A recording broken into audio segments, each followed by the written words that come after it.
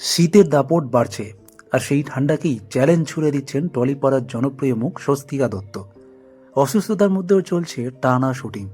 কিভাবে সামলাচ্ছেন প্রফেসর বিদ্যা ব্যানার্জির ব্যস্ততা? চলুন দেখে নেওয়া যাক আজকের সেলিব্রিটি আপডেটে। চ্যানেলে যদি নতুন হন চ্যানেলটি সাবস্ক্রাইব করে রাখুন, আর ভিডিওটি যদি ফেসবুক থেকে দেখে থাকেন তাহলে পেজটি ফলো দিয়ে রাখুন। তাহলে ভিন্ন ধরনের সব খবর পেতে থাকবেন এই চ্যানেলের মাধ্যমে। ছোট পর্দার ব্যস্ততা মানেই প্রতিদিন প্রায় 14 ঘন্টার শুটিং, আর মাসে মাত্র একদিন ছুটি। সেই চাপের মধ্যেই সর্দি, কাশি, জ্বর নিয়ে কাজ করে চলেছেন অভিনেত্রী স্বস্তিকা দত্ত। নতুন ধারাবাহিকের জন্য তিনি এখন হয়ে উঠেছেন প্রফেসর বিদ্যা ব্যানার্জি। ক্যারেক্টারের প্রতি দায়বদ্ধতাই তাকে ঠেলে নিয়ে যাচ্ছে পরিশ্রমের সীমা ছাড়িয়ে। অনেকদিন পরে স্টুডিওর ফ্লোরে ফিরে বেশ উচ্ছ্বসিত স্বস্তিকা। নিজের মতো করে সাজিয়েছেন রূপটান ঘর। অসুস্থতা থাকা সত্ত্বেও মুখে ক্লান্তি নেই। স্বস্তিকার কথায়, আমাদের এখন একটাই লক্ষ্য, ধারাবাহিকটাকে সঠিক জায়গায় দাঁড় করানো।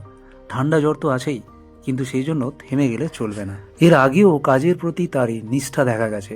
পরিচালক অরিত্র মুখোপাধ্যায়ের ছবির শুটিংয়ের সময় চোখের গুরুতর সমস্যা থাকা সত্ত্বেও তিনি কাজ বন্ধ করেননি।